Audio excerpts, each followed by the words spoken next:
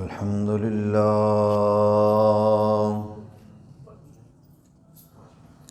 الحمد لله حمدا كثيرا طيبا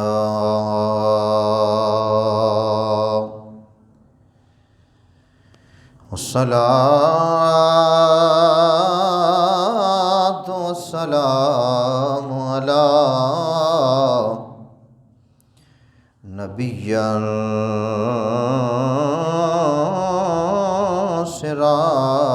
سراجا شفيعا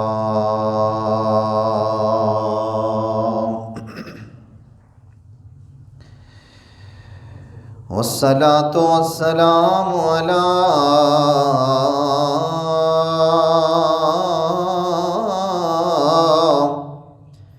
أشرف الأنبياء رسولا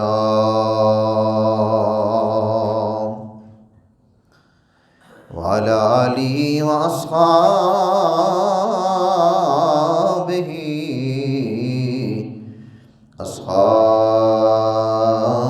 أصحابا كاملا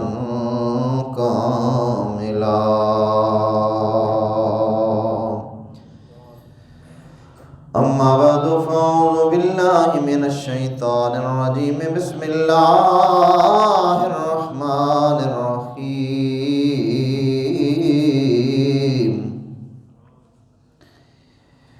قال الله تبارك وتعالى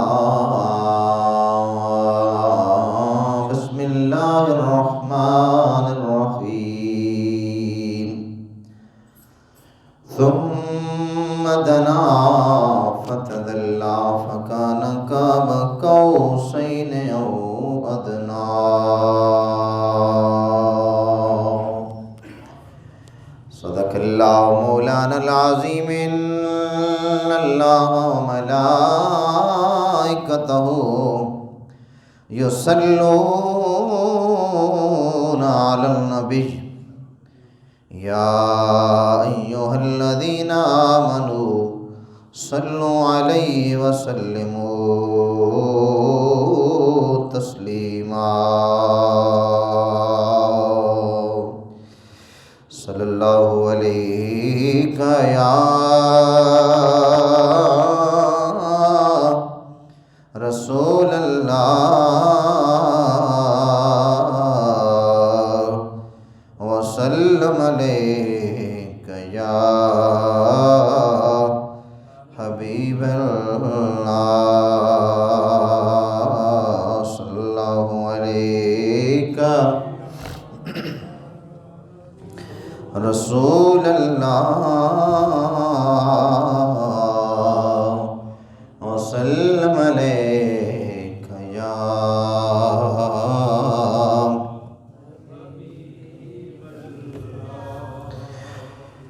واہ کریم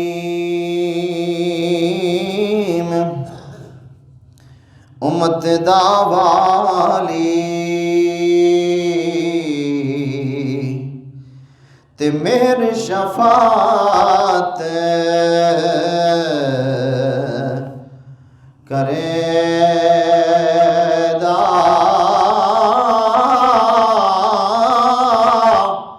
واہ کریم امت دا والی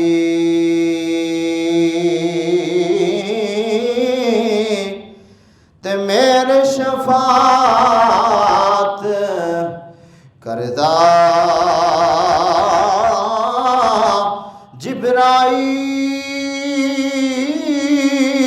جبرائیل جے جس جا کر تے نبیاں دا سر کردہ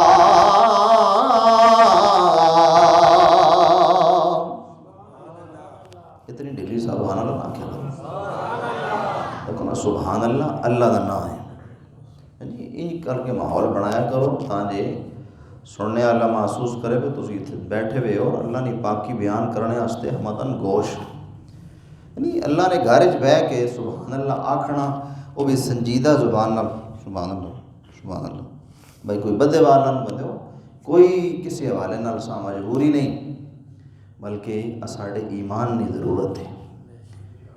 نبی پاک علیہ الصلوۃ والسلام نے فرمایا کہ جب مومن نہ ایمان ودنا نا وہ مچل گنا اسے اپنے ایمان اظہار کرنا اس تے لازم ہوا اسی تک نچتے سکنے نہ کیونکہ شریعت منع کرے نہیں ہے جی اپٹھیاں سیدھیاں پلسیٹیاں بھی نہ مار سکنے شریعت منع کرے نہیں لیکن شریعت کی آخری پہ جدو ایمان ودے تو کی آکھو سبحان اللہ اس انداز نال تاکہ احساس ہوئے کہ تسی سننے بھی او محبوب حبیب ربانا تے حامی روز حشر دا آپ یتیمہ تائی آپ یتیمہ تائی اتے ہاتھ سرے تے دھردا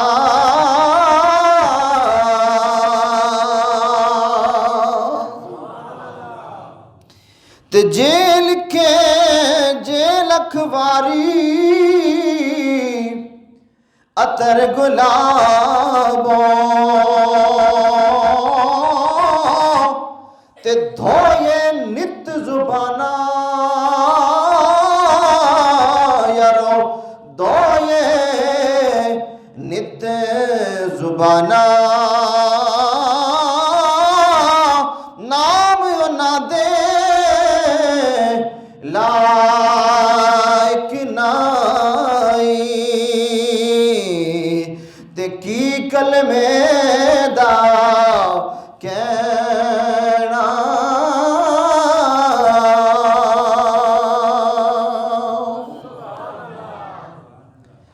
اللہ جل شانہ احکم الحاکمین حضور نبی رحمت صلی اللہ تعالی علیہ وسلم کی معراج کے اسباق میں سے ہمیں جو اسباق ملے ان اسباق پر ہمیں عمل پیرا ہو کر زندگیاں روشن کرنے کی توفیق عطا فرمائے۔ اللہ تعالیٰ نے کلام مجید کے اندر ارشاد فرمایا کہ پیارے محبوب صلی اللہ تعالیٰ علیہ وسلم عرش کی سیر کے لیے تشریف لائے، پھر میرے قریب ہوئے اور قریب ہوئے، دنا فتدلا فکان قاب قوسین او ادنا، اللہ نے وہ زاویہ بنایا، فکان قاب قوسین او ادنا، جس طرح قوسین کی دو کامیں، دو حصے، دو سرے آپس میں ملتے ہیں نا، میں اور میرا یار میرا محبوب اس طرح ہم آپس میں۔ اب یہ علماء و مفسرین نے لکھا ہے، حدیث پاک اور سند اصحاب سے یہ روایت موجود ہے کہ میرے اور آپ کے نبی علیہ الصلوۃ والسلام یہ جو دنیاوی زندگی ہے اس کے 18,000 سال، کتنے؟ 18,000 سال اللہ کے حضور حاضر رہے۔ کیوں؟ کیسے؟ اس کا جواب یا اللہ دے سکتا ہے یا مصطفیٰ دے سکتا ہے، یا وہ اصحاب پیغمبر دے سکتے ہیں جن کے متعلق میرا رب فرماتا ہے اولئک خیر البریہ، وہ سارے کے سارے سچے ہیں، سارے کے سارے سچے ہیں، سارے کے سارے اچے ہیں، ان کا مقابلہ کائنات کا کوئی بشر کر ہی نہیں سکتا۔ جب ان کی زبان حق ترجمان نے ہمیں بتا دیا کہ ہمارے نبی رحمت صلی اللہ علیہ وسلم اپنے رب کے حضور اتنا عرصہ رہے تو اب ہمیں چوں چراں کرنے کی ضرورت نہیں ہے، کیونکہ جب رب نے کہہ دیا کہ میرا محبوب بھی سچا، میرے یار کے یار بھی سچے، بس بات ختم ہے۔ اب آگے اپنے مقصد آمدم برسر مقصد کی طرف جاتے ہیں۔ مقصد یہ ہے کہ نبی پاک علیہ الصلوۃ والسلام جب اللہ کی حضور 18,000 قمری سال حاضر رہے تو اس حاضری اور ملاقات میں کیا کیا باتیں ہوئی، کیا کیا گفتگو ہوئی، کیا مقصود کیا تھا؟ نحن اقرب الیہ من حبل الورید، اللہ فرماتا ہے میں تمہاری شاہراہ کے قریب ہوں۔ وہ رب جو کہتا ہے اللہ لا الہ الا هو الحی القیوم لا تأخذہ سنۃ ولا نوم لہ ما فی السماوات والارض، ہر جا میں موجود ہوں، کوئی جا مجھ سے خالی ہے ہی نہیں، میری دسترس سے دور کوئی چیز نہیں ہے۔ محبوبہ پھر آپ کو ساتوں آسمان سے اوپر، جنت نیچے، دوزخ نیچے، لوح نیچے، قلم نیچے، عرش نیچے، عرش اولا پر میرے رب سے ملاقات کی وجہ کیا بنی اور اتنا طویل عرصہ؟ اللہ اکبر۔ میرے اور آپ کے محبوب علیہ الصلوۃ والسلام نے فرمایا میرے غلاموں، میرے رب نے مجھے عرش پہ بلا کے جو تحفہ دیا وہ تحفہ کیا تھا؟ نماز تھی۔ وہ کیا تھا؟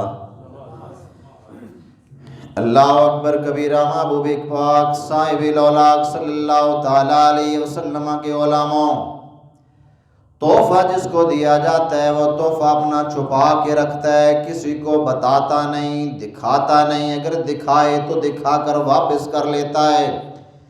عملی طور پر کوئی بندہ کسی کو کسی کا دیا ہوا تحفہ نہیں دیتا۔ یا رسول اللہ صلی اللہ تعالیٰ علیہ وسلم، آپ کے رب نے آپ کو عرش پہ بلا کر اپنی بارگاہ سے آپ کو تحفہ دیا، اور تحفہ وہ ہے جو آج تک 1,24,000 کم و بیش انبیاء کرام، رسول اعظام، کسی میں سے کسی کو، کسی کی امت کو نہیں ملا۔ سونیا آپ کو رب العالمین نے عطا فرمایا ہے، پھر اس تحفے کو تو چاہیے یہ تھا کہ آپ سنبھال کے رکھتے۔ کملی والے آقا، آپ نے اپنی امت کو کیوں دے دیا ہے؟ میرے اور آپ کے آقا مولا صلی اللہ تعالیٰ علیہ وسلم نے فرمایا اے میرے غلاموں، مجھ سے سوال کرنے والوں، تحفہ تو رب کا آپ کو دیا ہوا تھا، پھر اس تحفے کو آپ نے ہمیں کیوں دیا؟ فرمایا دیکھو میں سارے جہان کے لیے رحمت ہوں، وما ارسلناک الا رحمت للعالمین، میں سارے جہانوں کے لیے رحمت ہوں، رحمت ضرور ہوں لیکن اقرب کسی کے نہیں ہوں۔ یا رسول اللہ وہ تحفہ ہمیں کیوں دے رہے ہیں؟ اللہ اکبر کبیرہ۔ میرے اور آپ کے آقا صلی اللہ تعالیٰ علیہ وسلم نے ارشاد فرمایا اے میرے امتیوں،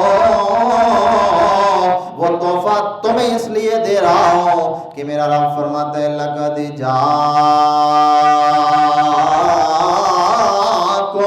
رسول من انفسکم عزیز علیہ ما عنتم حریص۔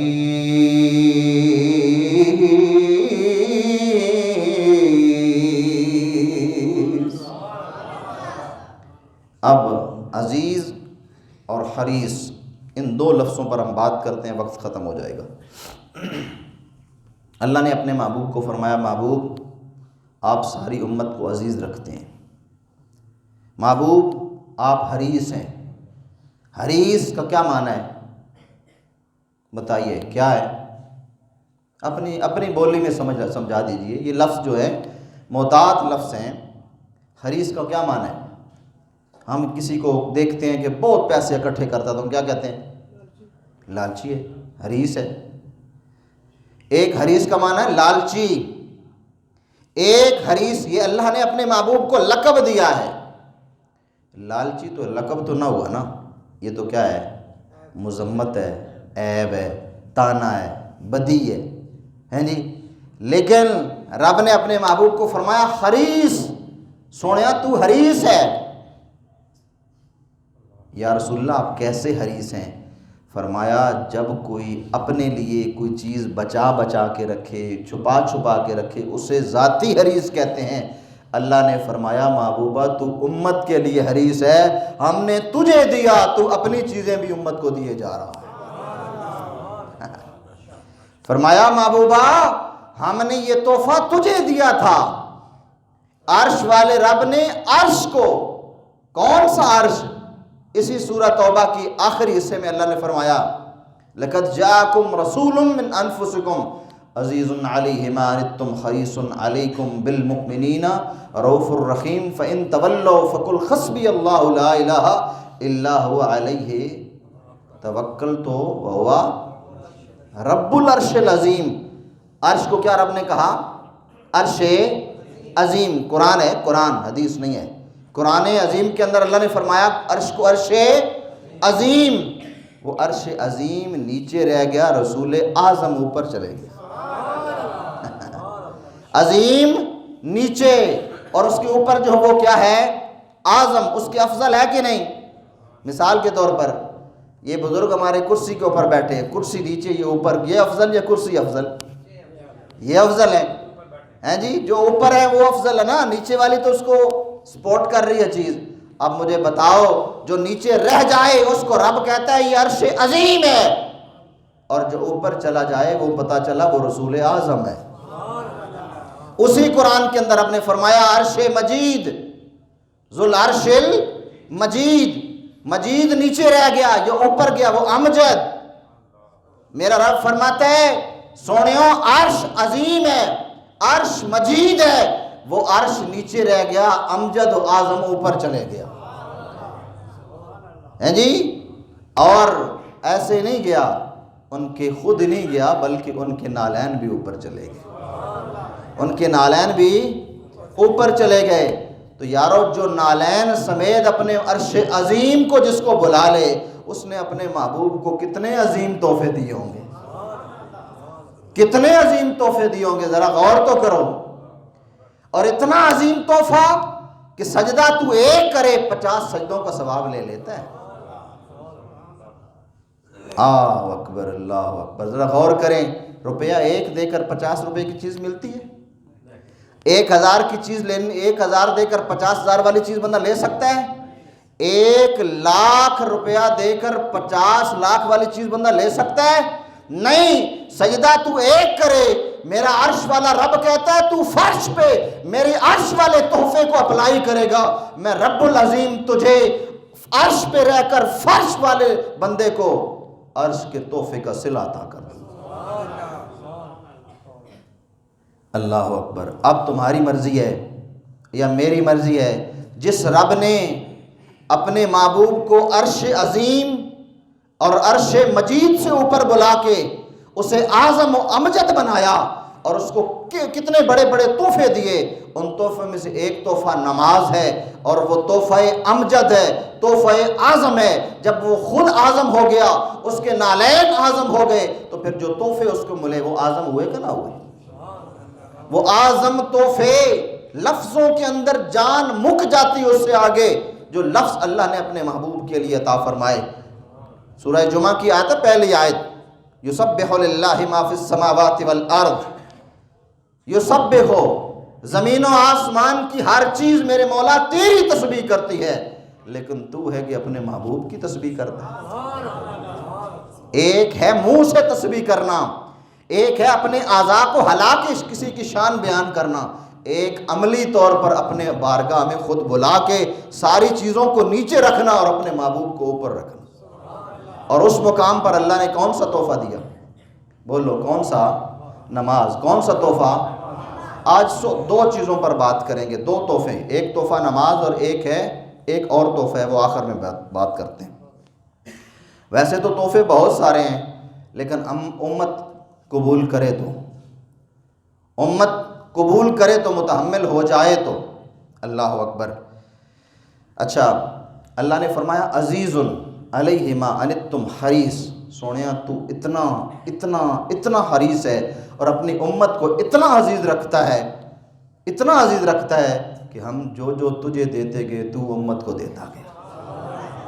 ہم نے تجھے دی تھی نماز، تو امت کو آ کے دے گیا ہے جی۔ اللہ اکبر کبیرہ۔ ہم نے کہا تھا محبوبہ تو زمین پر جا کر سجدہ کرے گا، ہم عرش اولا والوں کو کہیں گے یہ وہ عرش کا تحفہ ہے جو ہم نے فرشی نبی کو دے دیا ہے، جو فرشی نبی کو دے دیا ہے اور عرش پہ بلا کے دیا ہے۔ تو نے تو ہمارا تحفہ اپنے امتیوں کو عطا کر دیا ہے، اور اب سن، اب جب تیرا امتی تیری ادائے دل نماز کو ادا کرے گا نا، پھر ہم ایک نماز کا بدلہ ایک نماز نہیں، ہم 50 نمازیں دیں گے، 5 نمازیں دیں گے، ایک کا بدلہ 5، ایک کا بدلہ کیا ہے جی 10 نمازیں، اور کل کتنی ہوئی 50 نمازیں، پڑے گا 5، ثواب کتنیوں کا 50 کا، ایک کا بدلہ 10 نمازیں، سجدہ ایک ثواب 10 ہے جی، نماز ایک ثواب 10 کا، نمازیں 5 ثواب 50 کا۔ میرے محبوبہ یہ کیا انداز ہے؟ فرمایا یہ اس لیے کہ سارے جہان کے لیے ہوں میں رحمت، لیکن تمہارے لیے ہوں میں حریص۔ سارے جہان کے لیے، دیکھیں نا، نبی پاک چونٹی کے لیے رحمت ہے کہ نہیں؟ نبی پاک کانٹے کے لیے رحمت ہے کہ نہیں؟ نبی پاک زمین کے لیے، آسمانوں کے لیے، ہر چیز کے لیے رحمت ہیں، اور ہمارے لیے بھی رحمت ہیں، لیکن یہ پھر ہمارے درمیان اور ان کے اندر یہ ڈفرنس کیسے بنے گا؟ ڈفرنس ایسے کہ اللہ نے فرمایا محبوبہ تو رحمت تو ہے ہی ہے نا، اپنی امتیوں کو اپنی جان سے بھی زیادہ قریب جانتا ہے، ان کی جان سے بھی زیادہ قریب ہے، اور ان سے تو پیار کرتا ہے، اس لیے تو نے ہمیں ہمارا عرش کا تحفہ اپنے فرشی امتیوں کو عطا کر دیا۔ اب حضور کے غلاموں، نبی علیہ السلام کی بارگاہ میں صحابہ نے عرض کی یا رسول اللہ آپ تو معراج کر آئے، اپنے رب کا دیدار کر رہے، اپنے لقائے شوق کو پورا کر آئے، اب مجھے بتائیں ہمارا کیا حال ہوگا؟ فرمایا میرے غلاموں، جب تم اللہ کے حضور سر بسجود ہو جاؤ گے نا، تو میری معراج تھی سارے 7 آسمانوں کو نیچے چھوڑ جانا، لوح و قلم کو نیچے چھوڑ جانا، جنتوں کو نیچے چھوڑ جانا، عرش کو نیچے چھوڑ جانا، تب جا کر میری معراج ہوئی تھی، اور تمہاری معراج ہر روز 5 بار اس وقت ہوگی جب تم سر اپنا سجدے میں رکھ دو گے۔ اب یہ امتی کہتا ہے نہیں مجھے معراج کی لوڑ ہی نہیں ہے۔ بھئی عملی طور پہ ہم کہہ رہے ہوتے ہیں نا، بھئی وقت نہیں ہے، نماز بھئی نہیں، ٹائم نہیں ہے جی، ٹائم نہیں ملتا، جب بھی کسی کو نماز پڑھا ٹائم نہیں مل رہا جی۔ اس کا مطلب یہ ہے، آپ کو پتہ ہے آپ کیا کہہ رہے ہوتے ہیں عملی طور پر، کہ میں اللہ کے اس تحفے کے لیے میرے پاس ٹائم نہیں جو رب نے اپنے محبوب کو میرے لیے بھیجا ہے۔ اور صدیق اکبر رضی اللہ تعالیٰ کی پاک طاہر زکیہ متقیہ بیٹی صدیقہ ابن صدیق رضی اللہ تعالیٰ عنہا، آپ ایک دن اپنے آقا نامدار مدنی تاجدار شوہر نامدار علیہ السلام کی بارگاہ میں عرض کی یا رسول اللہ،